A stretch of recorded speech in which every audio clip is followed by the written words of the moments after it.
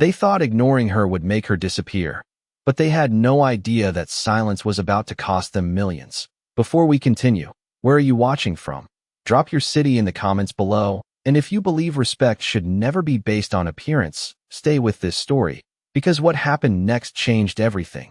The conference room on the 42nd floor of Carter and Vale Financial overlooked downtown Manhattan. Glass walls reflecting the late afternoon sun as executives in tailored suits debated a deal worth over $75 million. Voices sharp, confident, and loud. Each man trying to out-talk the other. Each certain he was the smartest in the room. And then there was Evelyn Carter, seated quietly at the far end of the 12-foot walnut table, her simple navy blazer and understated presence blending into the background like she was part of the furniture. Her hands resting calmly in her lap, her eyes steady but unnoticed. She had been in that room for nearly 30 minutes, and not a single person had asked for her opinion. Not a single glance acknowledged her presence, as if she were invisible. Daniel Brooks, the firm's senior partner, paced near the screen displaying fluctuating projections, his voice cutting through the room with authority, dismissing suggestions, interrupting colleagues, driving the conversation with the confidence of someone who had never been questioned. "We move forward now, or we lose the window," he said firmly, tapping the screen as red numbers flickered briefly before stabilizing. Though something about them didn't sit right, Evelyn noticed it immediately, a subtle inconsistency buried beneath layers of confident assumptions. But she said nothing, not yet. Around her, the room grew louder, overlapping voices, sharp tones, rising egos, each man trying to claim control over a situation that was beginning to slip. One junior analyst attempted to speak, only to be cut off mid-sentence, his voice swallowed by the weight of authority in the room. Evelyn shifted slightly in her chair, her gaze moving from one speaker to another, listening, calculating, understanding more than anyone realized. She had seen patterns like this before, not just in numbers, but in people, in rooms where volume replaced clarity and confidence disguised oversight. The sunlight dimmed slightly as clouds passed over the city skyline, casting a softer light across the polished table, and still, no one looked at her. Daniel continued, his tone growing sharper. "We don't need hesitation, we need action," and the room responded with nods. Agreement built on momentum rather than certainty. Evelyn inhaled quietly, her fingers tightening just slightly before relaxing again, her composure unshaken, her presence still dismissed. And yet, beneath the noise, beneath the arrogance, beneath the illusion of control, she had already seen the flaw that would unravel everything. But for now, she remained silent, watching, waiting, because sometimes the most powerful moment isn't when you speak. It's when you choose exactly when to. The tension in the room thickened, almost tangible, like the air itself had grown heavier, and yet no one seemed to notice except Evelyn. The numbers on the screen flickered again, just for a fraction of a second, but it was enough for someone paying attention, enough for someone who understood that patterns never lied, even when people did. Daniel Brooks did not see it, or perhaps he refused to, his confidence too deeply rooted to allow doubt, his voice rising again as he pointed at the projection, outlining projections, timelines, returns, each statement delivered with the certainty of someone who had already decided the outcome. "We close this today," he said, his tone final, leaving no room for hesitation, and several heads nodded immediately, eager to align themselves with authority rather than question it. Across the table, a senior analyst cleared his throat softly, attempting to interject, but Daniel raised a hand without even looking at him, silencing him instantly. And the message was clear. This was not a room for uncertainty, only for agreement. Evelyn's eyes moved slowly across the table, observing not just the data, but the people, the subtle shifts in posture, the hesitation hidden behind rehearsed confidence, the way a few glanced at the screen a second too long before, nodding, as if something did not quite add up, but no one wanted to be the first to say it. She recognized that look. She had seen it in boardrooms, in negotiations, in moments where decisions were made not because they were right, but because they were loud. The sunlight dimmed further as clouds gathered outside, casting long reflections across the glass walls, and for a brief moment, the room felt smaller, quieter beneath the surface noise. Evelyn leaned back slightly, her expression unchanged, but her mind moving quickly, connecting variables, tracing assumptions back to their source, identifying the exact point where confidence had replaced verification. It was subtle, almost invisible unless you knew where to look, a misplaced assumption buried within the revenue projections, compounded by a flawed risk model that no one had questioned because it had come from someone with a title. She exhaled slowly, her gaze returning to the screen as Daniel continued speaking, now outlining potential gains in precise dollar amounts, numbers that sounded impressive, persuasive, almost irresistible, and yet built on a foundation that was beginning to crack.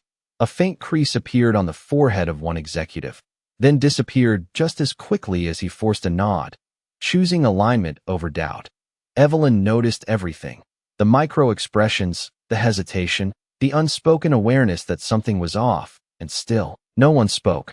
She shifted her hands slightly on the table, the smallest movement, almost imperceptible, and for a brief second, her fingers brushed against a printed report left beside her. The same report that contained the overlooked detail, the one inconsistency that changed everything. Daniel turned slightly, scanning the room, satisfied with the agreement he believed he had secured, his confidence unwavering, his decision already made in his mind. And still, he did not look at her. Evelyn lowered her gaze for a moment, then lifted it again, her eyes steady, calm, certain, because she knew something they did not, something that would not stay hidden for long. And as the room grew louder again with final confirmations and verbal approvals, she remained silent, holding the truth in a single sentence that had the power to stop everything the moment she chose to say it. The final confirmations began to echo around the table, one voice after another locking in decisions that sounded decisive but felt increasingly fragile, signatures ready, approvals forming, momentum building toward a point of no return, and still no one questioned the foundation beneath it all. Daniel Brooks straightened his posture, adjusting his cufflinks with a quiet sense of victory, his expression calm, controlled, certain that he had just guided the room toward another successful close. Another deal that would reinforce his authority, his reputation, his unquestioned dominance in every room he entered. "We are aligned," he said, his voice measured now, no longer needing to overpower the room because the outcome was already secured, or so he believed. A few executives exchanged quick glances, subtle, almost invisible, the kind of silent communication that carried doubt without daring to speak it aloud. But they nodded anyway, because agreement was safer than resistance. Evelyn Carter watched it all unfold with the same quiet composure, her gaze steady, her breathing even, as if she were observing something inevitable rather than unfolding. The report beneath her hand shifted slightly as the air conditioning hummed softly above, and her fingers rested over a single line of data, one number among thousands. One detail buried deep enough to escape attention, but powerful enough to dismantle everything built upon it. She had traced it back already, step by step, through layers of assumptions and projections, through confident statements and polished presentations, until she reached the origin of the error, a small miscalculation amplified by trust, repeated without verification, accepted because it came from the right voice in the room. Daniel moved toward the head of the table, preparing to finalize the discussion, his presence commanding, his confidence unwavering, and for a moment, it seemed as if the decision had already passed beyond questioning. A junior associate hesitated, shifting in his seat, his lips parting slightly as if to speak. But the weight of the room pressed him back into silence before a single word could form. Evelyn noticed him, just as she had noticed everything else, the hesitation, the awareness, the quiet realization that something was wrong but not knowing how to say it, or not daring to. The city beyond the glass walls grew dimmer as the clouds thickened, the skyline fading into muted gray, and the room, once filled with bright certainty, now carried an undercurrent of tension that no one acknowledged. Daniel reached for the remote, ready to move to the final slide, the one that would seal the decision, and that was when Evelyn finally moved. It was not dramatic, not sudden, just a small, deliberate shift as she straightened slightly in her chair, her presence sharpening in a way that had nothing to do with volume or authority. Her eyes lifted, calm and unwavering. And for the first time since the meeting began, she was not observing. She was choosing. The room continued speaking over itself. For a brief second longer, unaware that everything was about to change. Unaware that the quiet woman at the end of the table had already seen the outcome they were rushing toward. And then, in a voice that did not rise above the noise but somehow cut through it completely, she spoke a single sentence that stopped the room before it even finished forming. Your entire valuation model is built on a duplicated revenue stream that does not exist, Evelyn said, her voice calm, measured, almost quiet enough to be missed, and yet it was not, because something in the way she said it did not ask for attention, it commanded it. The room stopped, not all at once, but in fragments, one voice cutting off mid-sentence, another trailing into silence, until the overlapping noise collapsed into a stillness so complete it felt deliberate. Daniel Brooks froze. With the remote still in his hand, his expression shifting not dramatically, but just enough, a fraction of hesitation breaking through the certainty he had carried all afternoon. Every head turned, slowly, toward the far end of the table where Evelyn sat, no longer invisible, no longer overlooked, but suddenly the center of a room that had not acknowledged her existence moments before. The screen behind Daniel continued to glow with projections that now felt uncertain, unstable, as if the numbers themselves had lost confidence. "Excuse me," Daniel said, his tone controlled but sharper now, a reflex more than a response, as though reasserting authority could restore the momentum he had just lost. Evelyn did not move, did not raise her voice, did not repeat herself. She simply met his gaze with steady eyes, the kind that did not need to prove anything because they already knew. A faint ripple moved across the table as one executive leaned forward, another adjusted his glasses, someone else glanced back at the data as if seeing it for the first time. The junior analyst who had tried to speak earlier now stared at Evelyn, recognition dawning in his expression, as if her words had unlocked something he had sensed but could not articulate. Daniel turned back to the screen, clicking through slides quickly, his movements precise, but no longer effortless, searching for confirmation, for reassurance, for anything that would contradict what had just been said. "That is not accurate," he replied, though the confidence in his voice had thinned, replaced by a careful precision that suggested he was choosing his words more cautiously now. Evelyn tilted her head slightly, her voice still even, still composed. "Page 42, third column. The same revenue line is counted twice under different assumptions," she said, not as an argument, but as a fact. The room leaned into the silence that followed, heavy and expectant, as Daniel's eyes scanned the report. Faster now, then slower, then stopping.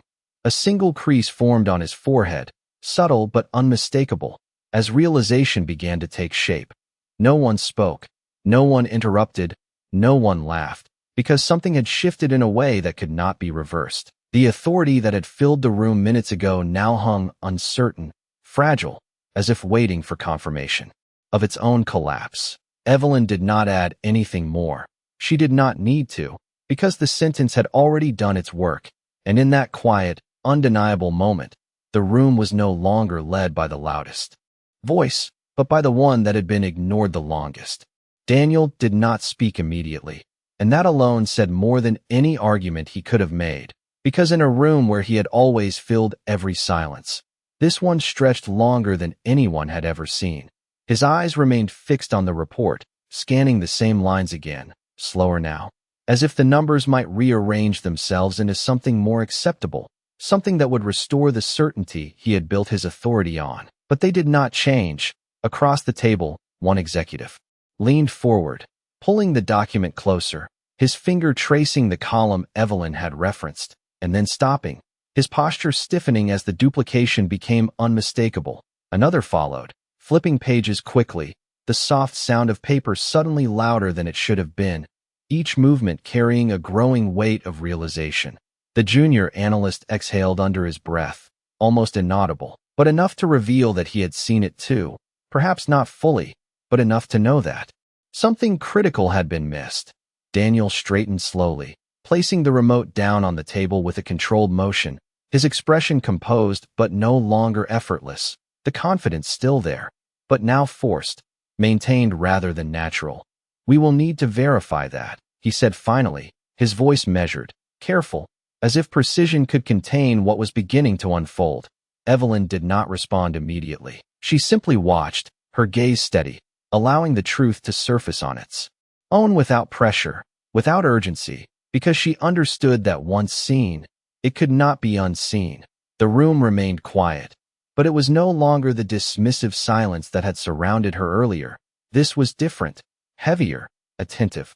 One of the senior partners adjusted his tie, glancing between Daniel and the report, uncertainty replacing the earlier confidence that had filled his posture. "If that duplication holds," he said slowly, choosing each word with care, "then the projected return drops significantly." No one interrupted him this time. The numbers on the screen, once persuasive and solid, now felt unstable, as if they had been built on something less certain than anyone had realized. Daniel's jaw tightened slightly, a subtle shift that only someone watching closely would notice. And for the first time, he looked directly at Evelyn, not past her, not through her, but at her, as if reassessing something he had previously dismissed. "And you are certain?" he asked, the question controlled, but carrying an edge that was no longer authority, but challenge. Evelyn met his gaze without hesitation, her voice calm, unwavering. "It is not a matter of certainty. It is already there," she said, her tone neither defensive nor assertive, simply factual. A quiet ripple moved through the room again. But this time it was different, not doubt, but recognition. Daniel held her gaze for a moment longer, then looked back at the report, the silence stretching once more, but now it belonged to her, shaped by her, defined by the single sentence that had shifted everything. And in that moment, without raising her voice, without demanding attention, Evelyn Carter had done what no one else in that room could do. She had made them stop, not because she was louder, but because she was right. The shift in the room did not happen all at once, but it was undeniable, like a slow turning of tide that no one could stop once it began. Conversations did not resume, they dissolved, replaced by a careful quiet, as each person recalibrated their understanding of what had just occurred.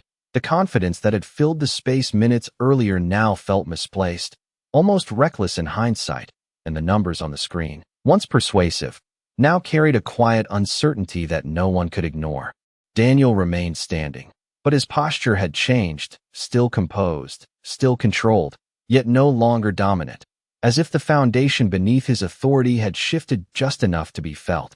He reached again for the report, flipping back to the page Evelyn had identified, slower this time, more deliberate, as though each movement required confirmation. Across the table, another executive leaned in, his voice lower now, stripped of the earlier bravado. "If that duplication flows through the entire model, then the projected margin is overstated by at least 15%, he said, and the number hung in the air with a weight that needed no explanation. A quiet murmur followed, not loud, not chaotic, but enough to signal that the room was no longer unified in blind agreement. Evelyn sat still, her presence unchanged, her expression calm, offering no further input because she did not need to. The truth was already unfolding in front of them. The junior analyst spoke again, this time not interrupted, his voice hesitant but clear. "I remember flagging a similar inconsistency in the earlier draft," he said, glancing briefly at Daniel before looking back down, as if unsure whether he was allowed to continue. No one stopped him. That alone marked the difference. Daniel exhaled slowly, a controlled breath, then placed both hands on the table, grounding himself in a moment that no longer belonged entirely to him. His eyes lifted again toward Evelyn, studying her, not with dismissal, not with irritation, but with a recognition that had not been there before. "Walk us through it," he said, and the words were simple, but the shift behind them was not. For the first time, the room waited for her, not out of courtesy, but out of necessity. Evelyn did not rush. She did not adjust her tone. She simply reached for the report, turning it slightly so the others could see, her movements precise, unhurried, as if time itself had slowed to match her pace. The assumption was carried forward without validation, she said, her voice steady, guiding rather than correcting. And because it came from a trusted source, no one questioned it. She added, not accusing, not confronting, just stating what had already become evident. One by one, heads nodded, not in agreement with authority, but in acknowledgement of oversight. The room, once driven by noise and certainty, now moved with a different rhythm, quieter, more deliberate, more aware. And in that stillness, it became clear that the most significant shift was not in the numbers on the screen, but in who the room was finally willing to listen to. The room no longer belonged to momentum. It belonged to precision, and every movement now carried intention. Evelyn's voice did not rise, yet it guided the attention of everyone present, her finger resting lightly on the report as she traced the sequence that had gone unquestioned, showing not just the duplication, but how it had quietly influenced every projection that followed. When this figure is adjusted, she said, her tone even, the downstream assumptions shift with it. And she paused just long enough for the weight of that realization to settle across the table. One executive leaned back, slowly, exhaling as if releasing a certainty he had held too tightly, while another began recalculating figures on his tablet, the soft tapping replacing what had once been confident declarations. Daniel remained still for a moment longer, then pulled a chair back and sat, a subtle but unmistakable change, as though the conversation had moved from being led to being examined. His eyes followed Evelyn's explanation carefully now, no longer scanning for contradiction, but for understanding. The junior analyst spoke again, this time more firmly. If we correct that assumption, the risk exposure increases beyond our threshold, he said, and no one dismissed him. In fact, several heads turned toward him, acknowledging his point, building on it rather than silencing it. The rhythm of the room had changed completely, not chaotic, not defensive, but deliberate, as if every word now needed to earn its place. Evelyn shifted the report slightly, aligning it with the center of the table, not claiming authority, but making the truth accessible to everyone. It is not just the projection, she continued. It is the confidence attached to it that amplified the oversight. And again, she did not accuse, she revealed.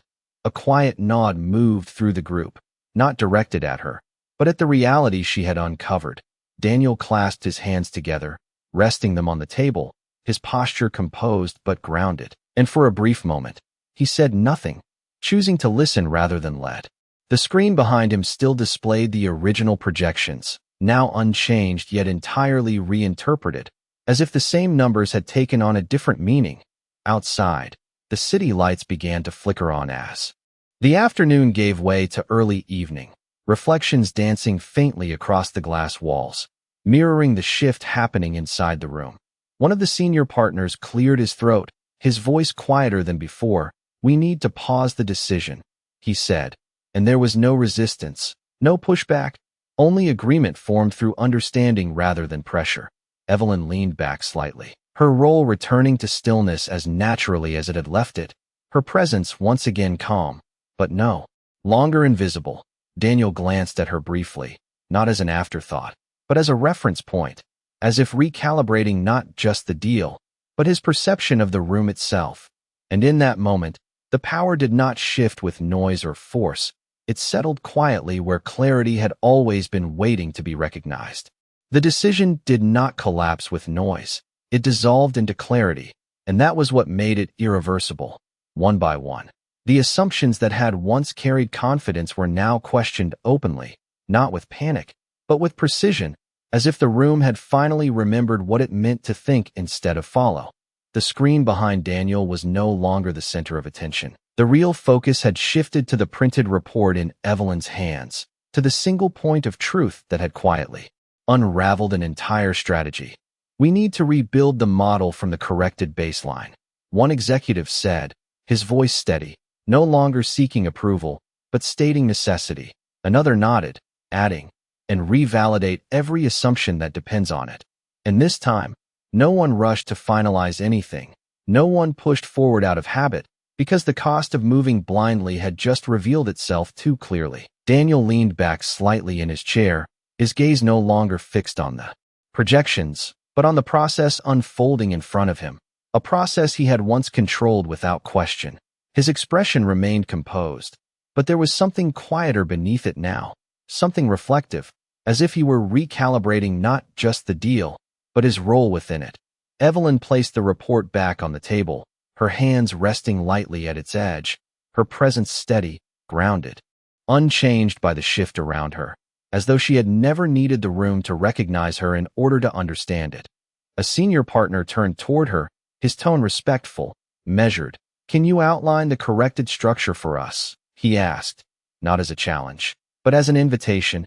Evelyn met his gaze briefly, then looked down at the data, her response immediate but unhurried. "Start by removing the duplicated stream, then reapply the projections with independent validation at each stage," she said, her words simple, but carrying a clarity that cut through complexity.